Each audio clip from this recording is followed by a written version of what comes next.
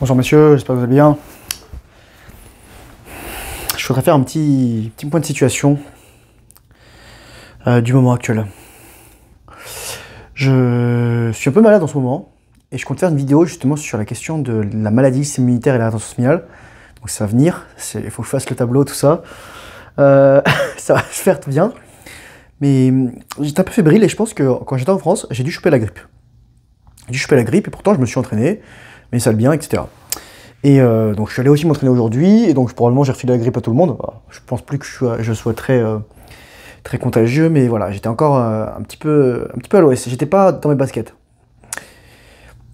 Je vais encore faire un discours là-dessus en disant oh, mon Dieu, Thomas, t'arrêtes pas de te vanter, etc. Mais je vous le dis les gars, l'attraction féminine c'est une chose réelle en rétention séminale parce que les femmes elles savent, enfin plutôt les femmes sentent.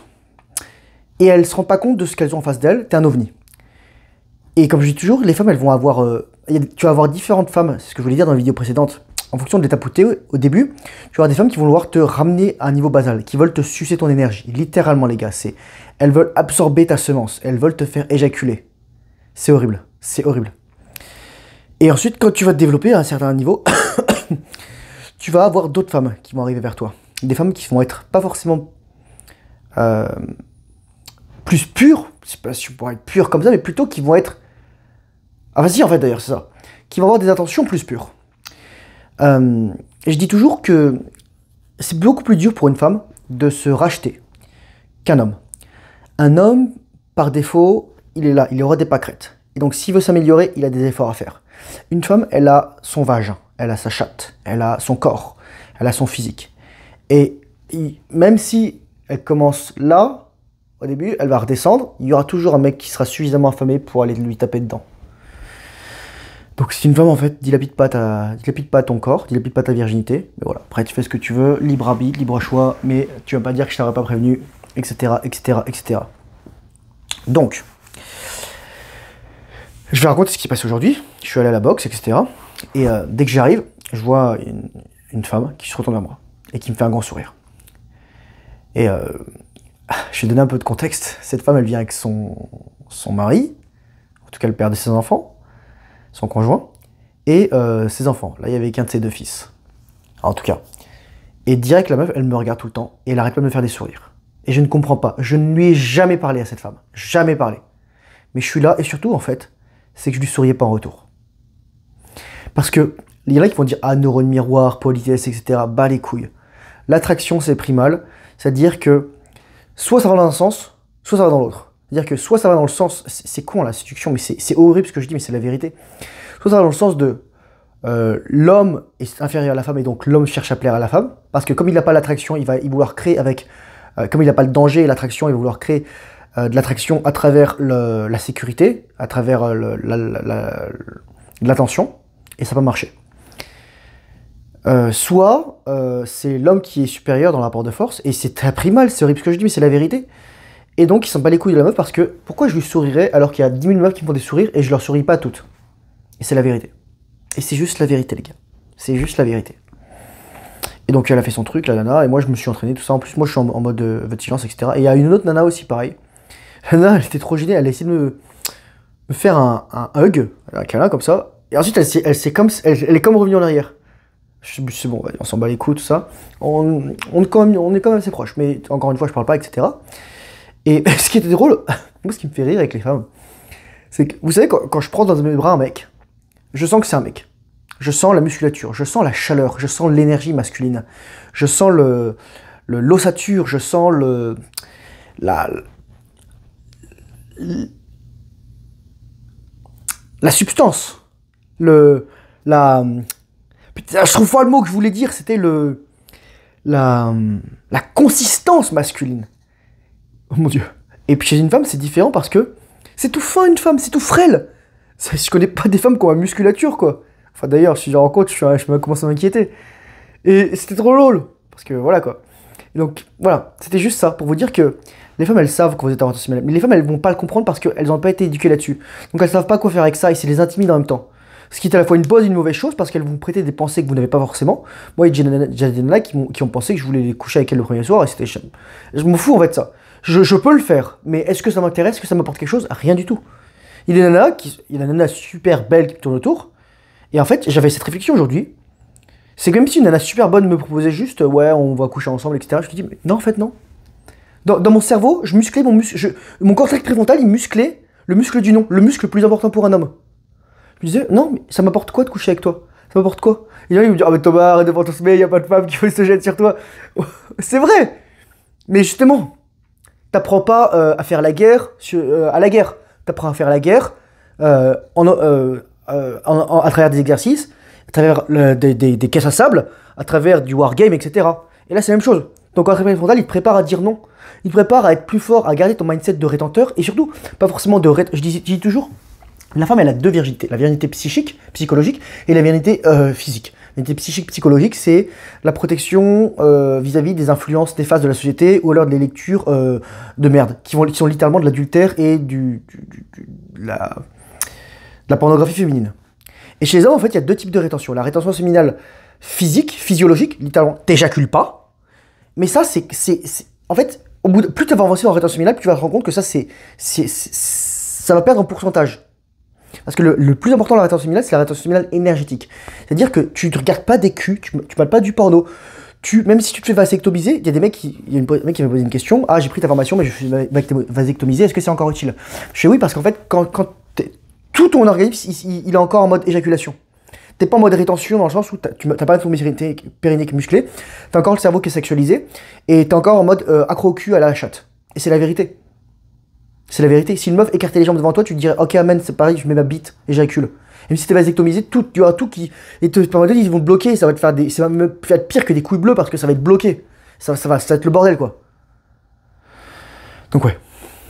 Donc, ça, c'est la rétention séminale physique. Et ensuite, la rétention séminale psychologique, c'est-à-dire, littéralement, c'est la chasteté, pas de pensée sexuelle. En plus de l'abstinence, c'est le célibat. C'est la capacité à être bien seul. C'est la capacité d'être bien seul. Et je pense que je ferai une vidéo spécialement pour ça, mais je parlerai après. Donc je parle vraiment juste en ce moment de ce qui se passe. Donc ça, c'est les deux types de rétention, les deux types de virginité. Et je disais justement, pour une femme, c'est beaucoup plus dur de se racheter parce qu'elle aura toujours du cul. Donc elle aura toujours l'attention de mec. Alors qu'un homme, il est tellement bas qu'il n'aura jamais l'attention des meufs. Donc qu'est-ce qu'il va faire? Porno, pute, substance, drogue, alcool, etc. Et donc c'est pour ça qu'il faut que tu t'améliores. Et ça va être dur. Et ça va faire du mal. Et je vais te dire pourquoi tu auras des trucs négatifs dans ta vie lorsque tu es en rétention séminale. Les gens ne comprennent pas. Un, tu as des traumas. Deux, donc tu as des traumas, tu as des choses qui t'arrivent. Deux, tu as des traumas, tu as des gens qui provoquent des réactions chez toi. Et aussi, les gens sont des miroirs de ta psyché. Et souvent, parfois, ça peut être ton ego. Tu traites les autres comme de la merde parce que tu penses que c'est supérieur. Là, par exemple, il y a un mec qui m'est rentré en chariot, là, c'était un Indien. Mais je ne l'ai pas traité comme de la merde, j'ai juste regardé. Je lui ai dit, pourquoi tu me rentres dedans? Enfin, je lui ai fait comprendre pourquoi tu me rentres dedans. Le mec, il s'est excusé, il était caramélisé, il était en mode femme, en fait. Et j'ai pas eu de fierté, j'ai pas eu d'orgueil de ça. Juste été économe de mes paroles, de mon énergie. Et c'est ça en fait quand t'es en rétention séminale, c'est que tu dois faire attention à ton énergie. Tu deviens très parcimonieux avec ton énergie, tu deviens très discrétionnaire dans l'utilisation de ton énergie. C'est-à-dire que tu fais attention, tu prends des bonnes décisions. Tu la donnes plus à n'importe qui ou à n'importe quoi. Tandis que donc... Oh putain, c'est là qu'il y a de ce truc, j'ai l'impression que c'était mon chat alors qu'il est là mon chat. Et donc les femmes, je me souviens dans Le Guépard de Giuseppe Tomasi di Lampedusa, il disait, la Sicile, il faisait dire en fait au prince, je sais plus c'est quoi son nom, mais bref, peu importe, la Sicile est une terre sans rachat. Et en fait, il y a très peu de gens qui sont sans rachat. Il y a des gens vraiment, ils sont au ras des pâquerettes, voire ils sont 6 pieds sous terre, voire c'est pire, voire ils sont en enfer déjà, ou alors c'est plus des êtres humains, c'est juste des corps humains avec des psychés malades. Et on peut plus les récupérer. Mais très très peu de personnes sont dans ce cas-là. La plupart des gens, ils peuvent s'améliorer. La rédemption, c'est un truc de super important. C'est un truc que... C'est l'arc des hommes, c'est la rédemption, c'est se racheter. Les femmes aussi peuvent faire ça, mais les femmes, elles doivent comprendre que le plus important pour elles, c'est de ne pas tomber. Et c'est ça l'inégalité homme-femme. C'est qu'un homme, il peut tomber, il peut tomber, il peut tomber. Le système physiologique de reproduction mâle et femelle est à l'image de notre système de développement personnel, dans le sens où un homme, il peut éjaculer, il peut éjaculer, il peut éjaculer, va toujours y avoir des nouveaux spermatozoïdes. Une femme, plus elle va échouer, elle va tomber, elle va faire de la merde, elle va coucher avec n'importe qui, elle va prendre des drogues, elle va se faire tatouer des piercings, etc. Son nombre d'œufs, il va faire que décroître et la qualité va décroître. Le nombre et la qualité va décroître. Tandis qu'un homme, il peut se racheter. Et ça, c'est la plus grande illégalité homme-femme qui existe. Reproduction, amélioration personnelle. Donc c'est pour ça que les femmes, elles savent. Et donc, je disais, pourquoi les gens ils veulent te rentrer dedans? Parce que tu leur envoies les femmes, elles savent que tu as un orientation sexuelle. Et pourquoi il y aura des femmes qui sont pas bien avec toi et des mecs qui sont pas bien avec toi? Parce que tu vas leur dire, regarde, moi je suis en train de faire le travail difficile et je veux m'améliorer. Et il y a des gens qui vont dire, comment oses-tu t'améliorer? Comment oses-tu devenir meilleur? Reste dans la fange avec nous, reste dans la merde. Et donc c'est pour ça que les femmes, elles vont les femmes qui seront conscientes de cette énergie, surtout les femmes qui auront intégré leur animus, donc tournant 35, 40, 45 ans, qui auront des enfants la plupart du temps, qui seront sur le chemin de guérison de leur trauma. Parce que toutes ne sont pas sur ce chemin. Toutes ne sont pas sur ce chemin. Elles vont voir ton énergie. Elles vont se dire qu'il y a quelque chose qui est différent chez cet homme-là. Ça va leur faire peur, ça va les intimider. Elles vont croire que t'es un incube, elles vont croire que t'es... Voilà. Parce que tu dégages l'énergie sexuelle. Mais tu dégages une énergie sexuelle, j'avais envie de dire sous contrôle, mais non. Maîtrisée. Ton tsing, ton chi, ton shen, t'es en train de transmuter les trois trésors les trois trésors de la médecine chinoise. C'est extraordinaire, mec. C'est trop puissant. Moi, je travaille actuellement là, sur une formation sur la circulation du chi. J'en ai déjà fait beaucoup, mais là, c'est encore plus en haut niveau. Et je suis en train de lire aussi beaucoup dessus. J'ai un ami qui vient de m'envoyer un livre, d'ailleurs, super intéressant. Je l'ai téléchargé, je vous le mettrai dans le Discord si vous voulez aller voir. Donc c'est ça. Les femmes, elles savent. Et si t'as qu'une raison, si t'avais qu'une raison pour pratiquer la rétention séminale, c'est attirer de meilleures femmes. Parce qu'il y a des mecs qui me disent, ah mais regarde, il est pas en rétention séminale, il nique plein de meufs. Alors déjà, un mec qui nique plein de meufs, je dis toujours, c'est un mec qui a une insécurité fondamentale, qui cherche la validation des femmes, quel qu'il soit. Et ça, tu peux être milliardaire, c'est la même chose. Tu peux être super beau, super grand, c'est la même chose. Quand tu niques plein de meufs, t'es juste en recherche de validation. Quand tu reçois plein de meufs, quand tu fais tourner tes plates, comme ils disent dans la red pill, etc., tu fais tourner, t'es là-dedans. Et l'avantage, quand t'es en rétention séminale, c'est que t'as plus tous ces trucs dopaminergiques. En fait, tu les trouves insipides, tu les trouves fades. C'est comme si tu étais habitué à manger du sucre, et là, tout à coup, tu commences à manger de la vraie nourriture, de la viande, du gras, des protéines, éventuellement des fruits riches en vitamines, des fruits biologiques, etc., qui ont vu le soleil, qui sont cueillis localement, etc. Et là, tu te dis, mais en fait, c'est de la merde, ce truc transformé, ce Nestlé chocolat, les trucs, etc. C'est de la grosse daubasse. Tu prends un bon kéfir biologique, là, tu vois le truc qui vend, le lait pasteurisé, là, de la merde, là, le truc qui est littéralement qui est à température ambiante, qui a été cuit, il n'y a plus rien de vivant dedans, c'est mort. Et là, t'as du vrai lait. Moi, quand j'étais en France, je buvais du lait bio cru. Donc, littéralement, le truc, il expirait le jour même. C'est la meilleure boisson que j'ai jamais bu. Et j'avais aucun inconvénient intestinal. Parce que le truc, il était vivant. Le truc, il était vivant. Bon, si je le laissais trop longtemps, ça commençait à cailler, quoi. Fallait faire gaffe. Voilà. C'est ça que je veux dire. Les femmes, elles vont savoir. Et donc, ton but, en fait, c'est de nettoyer tes traumas, nettoyer tes blessures du passé. J'ai pas 36 000 choses à dire, c'est juste encore un témoignage. Alors, ensuite, quand je suis rentré de la boxe, je suis rentré en marchant, et j'ai croisé une amie, qui est prof de yoga, et c'était tellement spontané, elle avait ses deux chiens, donc, elle avait son chien, sa chienne, et un chien qu'elle gardait, qui était un border collie. Donc sa chienne a 3 ans, et son chien, le chien qu'elle gardait, il avait 6 ans, et les chiens, ils étaient vers moi. Pareil, il y avait le chien du coach de boxe, là, au truc, et le chien, il venait tout le temps me voir. Le chien, il voulait voir mes trucs, etc. Et vous pensez que c'était un hasard, vous me dire, ah mais il allait voir tout le monde, etc. Non. Il me faisait chier le chien. Enfin, il me faisait chier gentiment, quoi. Parce que les animaux aussi vont sentir ça. Les animaux, en plus, voilà, quoi. Malheureusement, on leur coupe les couilles, bah, c'est ce qui est une aberration, et bon, voilà, quoi.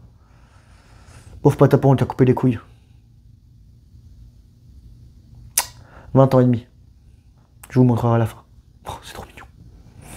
Donc, ouais. Si t'as qu'une raison de pratiquer la rétention séminale, c'est pour attirer les meufs. Et tu vas attirer des meufs bien. Par contre, tu devras guérir tes traumas, tu devras guérir tes blessures, ton rapport à ta mère, ton rapport à ton père. En fait, la rétention séminale, c'est l'acte le plus difficile parce que c'est un acte de purification et de purge. Et c'est pour ça que les femmes, elles vont dire « Waouh, je respecte cet homme ». Ça veut pas dire qu'elles vont mettre leur vagin autour de ta bite, ça veut pas dire qu'elles vont commencer à te sucer, ça veut dire qu'elles vont honorer ta puissance masculine. Parce que pour une fois dans leur vie, elles vont rencontrer un homme qui se respecte. Vraiment. Et par qui se respecte, elles vont dire peut-être qu'il va me respecter. Même si l'attraction, c'est aussi pas forcément de la dégradation, mais des jeux, bien entendu, des jeux de rapport de force, des jeux de pouvoir, des jeux de séduction, des regards, du toucher, des odeurs, etc., des sentiments, des paroles, des mots. C'est quand même faire comprendre à la femme, et les gens vont me dire oh mon Dieu Thomas, t'es rétrograde, qu'est-ce que tu sors, etc., que c'est toi qui es en charge, c'est toi qui es leadership. La femme, elle veut ça. La femme, elle veut... Bon, c'est sûr qu'il faut pas non plus qu'elle soit une étoile de mer, tu vois ce que je veux dire, quoi. Mais la femme, elle veut que tu montres que tu as du leadership. Et là, je fais le rapport avec ma vidéo précédente. Comment, Thomas, je fais pour avoir de l'expérience si je dois pas coucher avec plein de femmes? En fait, couche pas avec des femmes parce que tu veux augmenter ton nombre. Couche avec tes femmes parce que c'est la cerise sur le gâteau de votre connexion émotionnelle et relationnelle. Et fais-le en choix conscient. Et c'est ça. Et peut-être que ça sera pour une nuit, et c'est la vérité, même si, voilà quoi. Ou ce sera pour plus longtemps, pour quelques semaines, des mois, des années, pour toute la vie. Mais surtout, fais-le pas parce que t'as un manque à combler. Les femmes, elles vont le sentir. L'acte sexuel est un échange d'énergie, n'oublie jamais ça. Quelqu'un m'avait posé une question dans les commentaires, je vais en reprendre aussi. Thomas, j'ai un ami qui allait voir une prostituée, etc. Il arrive que des merdes. Donc tu penses que c'est vrai que on garde des traces karmiques des gens? Bah absolument oui, mec. La meuf qui est prostituée, les bites des mecs qui l'ont pénétré, quoi. Ton pote, c'était la énième bite qu'elle a connue dans sa vie, quoi. Elle est marquée par tous les hommes, voire toute leur cum. La meuf, elle est brisée, elle est détruite. Regardez la gueule des nanas qui se sont fait trouer par 100 ou 1000 mecs là, ces dernières semaines, en 24 heures ou en 12 heures. Vous les regardez, il y a un truc qui cloche dans leur regard, dans leur corps, dans leur truc. Elles sont brisées, ces femmes, elles n'ont plus d'âme. C'est juste des vaginettes. C'est horrible à dire. Donc, en tant que femme, moi je vais te dire un truc. Si t'es une femme, peut-être ça te déplaise ce que je te dis, mais au fond tu sais que j'ai raison. Tu sais que j'ai raison. Et la plus grande preuve que tu sais que j'ai raison, c'est que toutes les meufs elles cachent leur body count. Et les meufs ont honte de dire leur body count. Donc les femmes elles savent.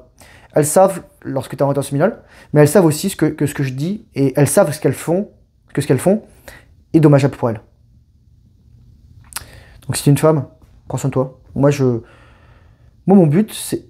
Tout ce que je te dis là, je le dis à ma fille. À mes filles. Toutes mes filles, elles seront éduquées à ça. Et moi, je choisirai avec elles leur homme. Je leur dirai, ok, tu veux cet homme-là? T'attends 5 ans. T'es pas pressé. Un point que j'ai oublié sur la virginité psychologique, la masturbation féminine et les pratiques sexuelles, type les sextoys, etc. Oui, il y aura des moments où t'es comme un mec, t'as envie de te branler. Mais moi, tu vois, comme je te dis, ça fait 3 ans que j'ai pas éjaculé. Au début, je maîtrisais même pas l'orgasme non éjaculatoire. Et j'ai pas besoin de me branler de manière compulsive une fois par mois. Parfois, je fais des exercices de cultivation, mais ça n'a rien à voir. C'est pour ça que j'aime pas le mot masturbation. Je préfère le mot cultivation, tu vois. Je veux dire, si tu te fais 10 strokes par minute, ça fait une qui dure 6 secondes. On n'est pas dans le truc mécanique ou comme ça, là, où tu fais l'étranglement de bite, quoi. En plus, je fais des exercices avec les boules à piquant, là, pour augmenter la sensibilité. Exercice super important, surtout si t'es éjaculateur précoce ou t'as des dysfonctions érectiles. Et voilà. J'espère que cette vidéo aura pu t'aider. C'était vraiment un petit update sur ma vie. Je vais bien, je vais vous montrer Patapon. Coucou Patapon. Donc les gars, courage forceneur, bonne orientation séminale, discipline fait le travail difficile, surtout lorsque vous n'avez pas envie. Et je vous dis à très bientôt dans une prochaine vidéo. Et au revoir, ciao.